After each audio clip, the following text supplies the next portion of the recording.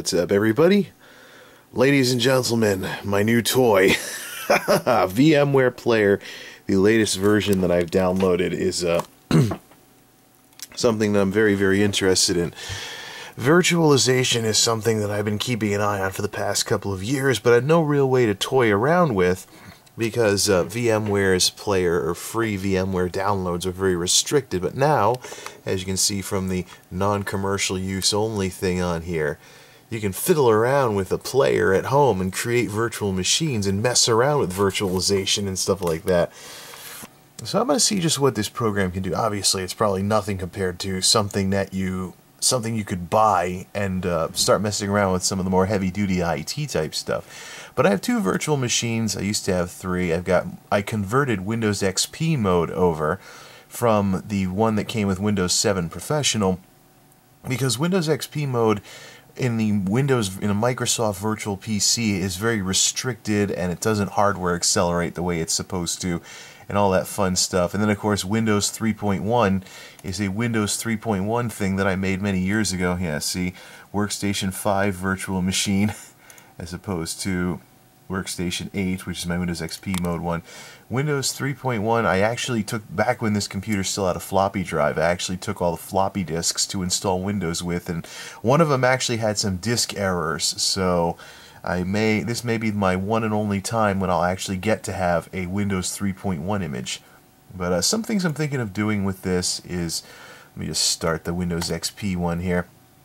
Something that I'm thinking of doing here is, as we watch this thing maybe start up, something that I'm thinking of doing here is getting some Linux distros and playing around with Linux some Linux and fun stuff like that on these virtual machines, so I can get some Linux experience, because that's one of the big things that really holds me back from some IT positions is my predominantly Windows and some Mac background. So really Linux, Unix is where it's at in terms of IT type stuff, in terms of the really heavy STEM type science, technology, etc., mathematics, and all that other fun stuff. And what does this look? Oh, it's because I'm leaning so far back from the TV. I've got the white balance on this camera set to a very cold setting to offset how yellow this place looks, but when looking at a TV it gets kind of lousy. Let me hit the auto. Is there an auto? Yeah, there's the auto button. We hit the auto button, see if that... Yeah, there we go. That brought the color back. I'm just hit the auto button on this, but it'll make my place look really, really yellow, as you can see. What I've been doing is white balancing against the yellow lights to try and cool the color off a bit, make this place look less like a Boston cream donut for the vlogs, but it doesn't work well, obviously, with videos like this. So as we just heard, Windows XP is starting up, and why don't we come back... Oh, there's my nice little electric background thingy. So this is what Windows XP mode is, running in 32-bit color instead of 16-bit color, which was a restriction of it, and very, very smoothly. As a matter of fact, start, run, pinball. Who says that Windows 3D Pinball was removed from Windows 7? Good old Windows XP mode, which now runs properly in VMware Player. Let's see. This is running in a virtual machine. It's not part of the host OS at all. And it's running like I'm running this as my host OS, even though the virtual machine is limited to 512 megs of RAM in a machine that has 8 gigs and a 64-bit OS. Yeah. And I can't do this with a camera. There's the old website version of Windows Update from the XP days. Little blast from the past there for many people. When you send information to the internet, it might be possible for others to see that information. Do you want to continue? Duh! I haven't seen this in a long time. Of course, I got the college. This reminds me of college because I used to have this color theme on my XP machines in college. This is from back in the days when folks are like, every problem you could possibly have, every problem that you could possibly have with Windows could be solved by getting XP. Did you have Windows 98 or Millennium Edition and you hated how it crashed under normal use? Get XP. Have Windows 2000? Wanted the pretty colors? Get XP. Back in the day, everybody's answer to everything was get XP, and then of course it would always have to be the professional version and not the home edition, because home edition was stripped down.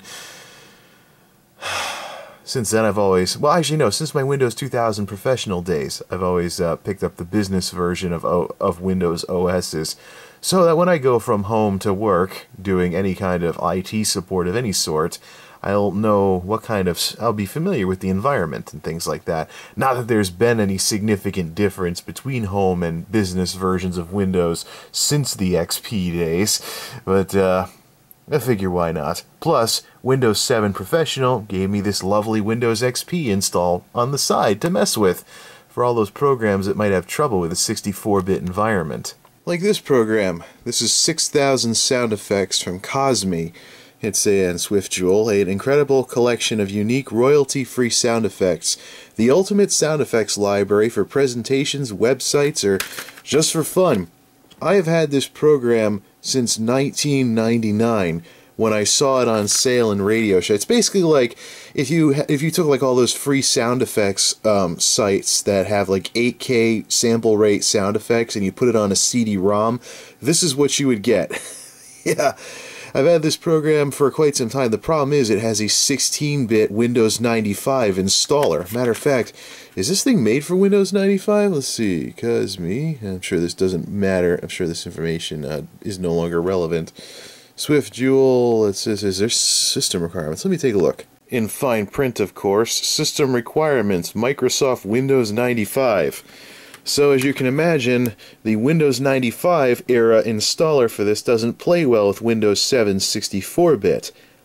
But Windows XP in a virtual machine... Open folder to view files, so no auto-run capabilities here, but if we go to... Where's the set? That's Sound32. cdsetup.exe. It even says run. It even... What? How the hell? Oh, man. The auto-run that I clicked on was the Windows 7 auto-run and not the auto-run inside the virtual, and not what was going on inside the virtual machine. Oops. Yeah, here we go. This old 32-bit, well, 32-bit Max program from with the Windows 95 installer is now installing. So I can finally get this program back after not having it on my main system. And the best part is, with programs like this, VMware Player has what's called Unity mode, which is kind of like the embedded mode that was in the old, in the other player as well. So let me just do this. We'll just install that and stuff like that. Oh, this is so retro. Look at this ancient installer with the little bars that fill up on the side and the progress bar in the middle, which we can just watch zip right across because this processor is detecting as a 3.2 gigahertz machine. Borland database. Oh man, because this is basically a giant sound database. Oh, it's got to create the icons. You get to watch them appear in the start menu. But, yeah. So, all right, come on, install, you piece of crap. Ooh, Meteor Storm. I remember that game, that little point and click Atari style. It's like the predecessor to Flash games and stuff like that, which will probably run it at full speed here. Hey, setup has finished. Copying. Do you want to read the README? You mean that thing nobody ever reads? Let me actually go back to the CD and explore. There's a movie on here. Let me go find it. See if I can get it to run. Isdell. Setup. A-read. Is that it? No. I think... There's a movie in here somewhere. It might be under C. C6KSFX. MMCD stands for Multimedia CD. Registry. Oh yeah, register.video clip. There it is. Come on, Windows. Come on, ancient version of Windows Media Player from the Windows XP days. Come on. Ooh, yeah, never been started before. Windows Media 9. Blah blah blah blah blah blah. Oh, this is getting like those over-the-shoulder computer vlogs that I subscribe to on YouTube. Welcome back to Geek Territory. Look at that old thing. Error downloading codec. Thank you for taking a moment to enter registration information into this form. After printing this form, simply fold it as shown. Affix a postage stamp and drop it in the mail. And thank you once again for helping Cosme to serve you better. I'm not convinced that. I have to just look at like the pattern or something like that. Start, run, Player 2, the ancient version of Windows Media Player from 1999 that is embedded in all these old versions of Windows. Open. You have to go to open and then browse to go to something you want to watch. Yeah, see if it'll work in here. I think I need the Indio video codec from like 1997 or something in order for this to work. But let's see if it works in this version of Windows Media. Unable to download an appropriate decompressor. Yeah, that's because it's ancient like that. Thank you for taking a moment to enter registration. Thank you for taking a moment to. Let's play the Meteor Storm game. I haven't played that in a while. It's basically like, it's like QBasic Gorillas, except in Windows. I think the reason why this thing's in here is because it runs off of the, missed. It runs off of the city is blowing up. I think let's just let the city blow up. It's like Missile Command, and I think... Oh, one of my missile sites has already been blown up. It's like a cross between Missile Command and Atlantis. My missile guns are all down. Guess the city gets to blow up. I think the reason why this video is bundled with this program is because it uses a lot of the sound effects from the program. That's enough of that. Let's actually look at the 6000 sound effects program. Is there an about in this as well? How long does it take to... Oh, it needs the CD in the drive. That's right. It's got to spin the disk up. It's a giant database program here. So let's go help and about. Swift Platinum 6000. So you've got Cosme, Swift Jewel, and now Swift Platinum. Okay, so I don't know. Nah. Oh, copyright 1998 Cosme Corporation. Visit us on the web at cosme.com.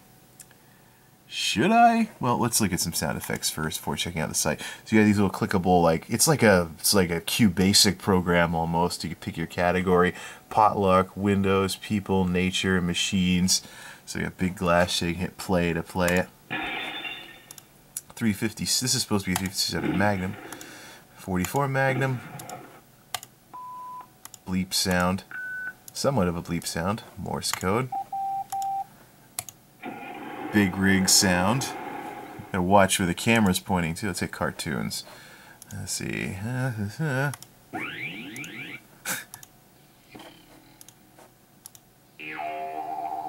Boing, whatever. Badonk. Not to be confused with the honky tonk badonkadonk song. Blip. Blurp. What's this household thing? Oh, big glass shower. Aerosol spray sound. Yeah, so basically every 8 kilohertz sound effect that has ever existed and stuff like that. Someone rated them off of the ancient internet of the 90s and put it into a program. Ooh, it was a dark and stormy night. What's this? Angry bees, not to be confused with angry birds. Beach sounds. And then when you found a sound that you wanted, you go File, Save, and you could export it from the database as an independent WAV file. So I must have exported it. So this is where all the sounds came. This is where all the sounds came from in my ancient back in my PowerPoint days in high school when I was making cartoons with PowerPoint because of the animations. I'd add my sound effects from this nice little program right here. Interestingly enough, Cosme is now part of ValueSoft, so Cosme.com takes you to ValueSoft. Let's see if they have like a sound effects thing. It'd be funny if I did like registration of 6,000 sound effects all these years later. From the creators of Angry Birds, Bagged Piggies. I'm gonna have to check that out. Casual compilations. These look like games more than anything else these days. Angry Birds, Bejeweled.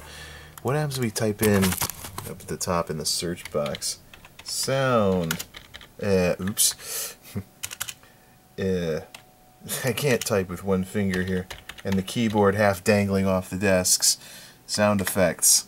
It'd be funny if these... Oh, they don't make a 6,000 sound effects program anymore. Too bad. Okay, that's enough playing around here. Back to the virtual machine for some more fiddling around. That's enough Windows XP for one day. New programs installed. Yeah, I know. 6,000 sound effects doesn't work in a 64-bit environment. But I think it's time to shut this puppy down, or at least this operating system, and go back to the main menu.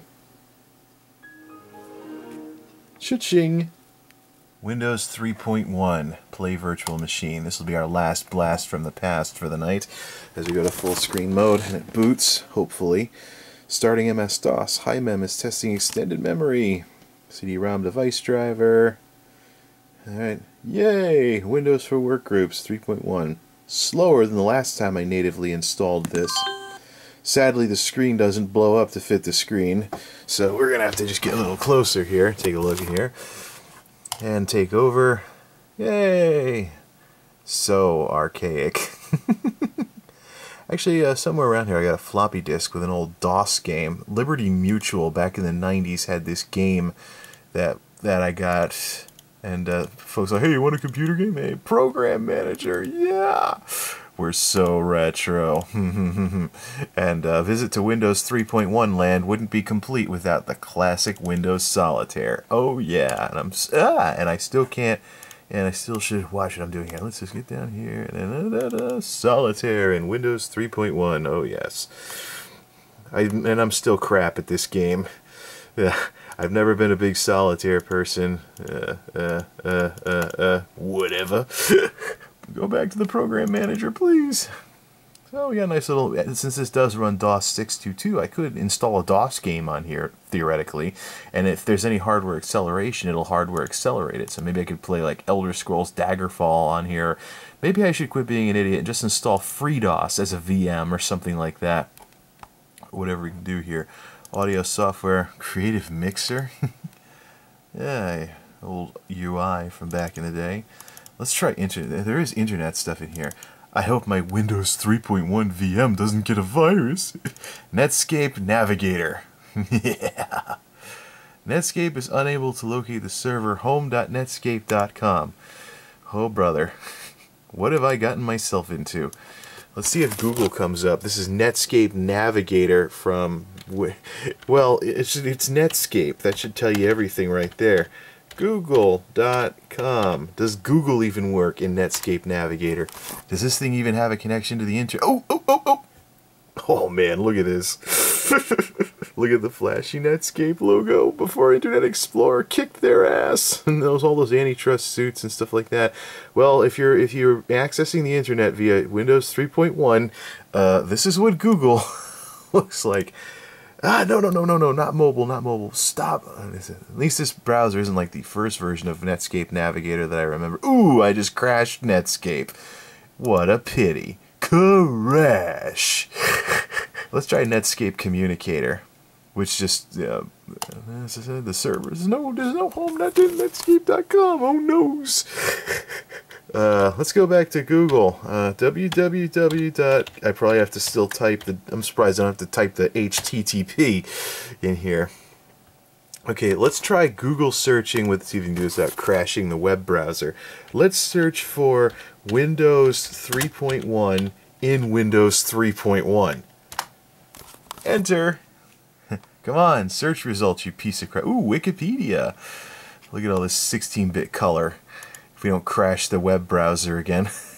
Here we go. We're going to Wikipedia. Look at the comments on the Netscape.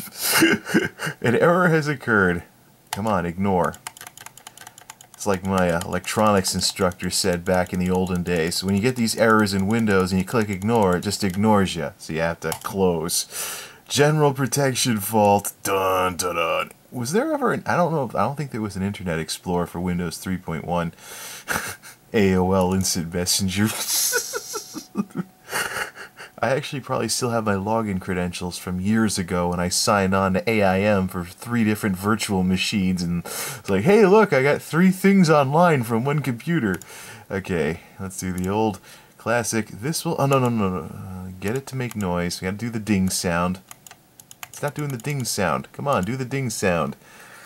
How do we... accessories? Ooh, look. Ooh, yeah, there we go. A clock. Daylight savings is probably wrong on it. Calculator. It's a calculator. Hey, Windows 3.1, is 2 plus 2 4? Yep. Let's see. Sound recorder, media player, card file, character map, object packager, write, paintbrush, recorder, notepad. Applications. QBasic. Cool. MS-DOS editor. Do I have any good QBasic games on here? Or do I have to... Ooh, look at this. Now we're going way back in the day. File. Open. Aw, no QBasic games. Yeah, I'm going to have to bring those over. Actually, one of the things I can do with the Windows XP virtual machine is run qbasic.exe, because from the old 16-bit computing day. Ooh, what's this? MWAV? Not to be confused with MWave. Microsoft Antivirus for Windows. C drives tagged as MS-DOS 6. Micro backup. Ooh, wait, is that? Of course, 8-character limit back in those days. Microsoft undelete. MS-DOS editor. Where's the file manager in this thing again? It's probably in the main window. Yep. Funny how I remember that all these years later. File manager. DOS, AO, Toppy, Auto Exec, all those files you'd have to mess. Ooh, IE5. Hey, wait, let's try running this. Setup has found a previous installation at IE5 setup. Wait a minute. Do I have Internet Explorer? Do I have IE5 on here? Goodbye, File Manager. Microsoft Internet Tools. There we go. Internet Explorer. Maybe this will actually... Ooh. Crashes on startup. General protection fault in the kernel. This is actually however a very old virtual machine, so no big surprise that it's crashing all over the place. I made this like several years ago off of my floppy disk install of Windows 3.1, so maybe I should rebuild this, but I'd have to do it at piano where I actually still have a floppy drive. This will end your Windows session. Ding! And DOS prompt. VER MS-DOS 622. So I'm going to do some fiddling around with this virtual machine stuff because it looks pretty fun, and maybe install some distros of Linux, some previous versions of Windows and stuff like that. Try and get some old programs working that haven't worked in many years. So, till next time, this is all virtual machine. This is fun stuff. Till next time, this is MultimediaJay signing off. Thanks for stopping by.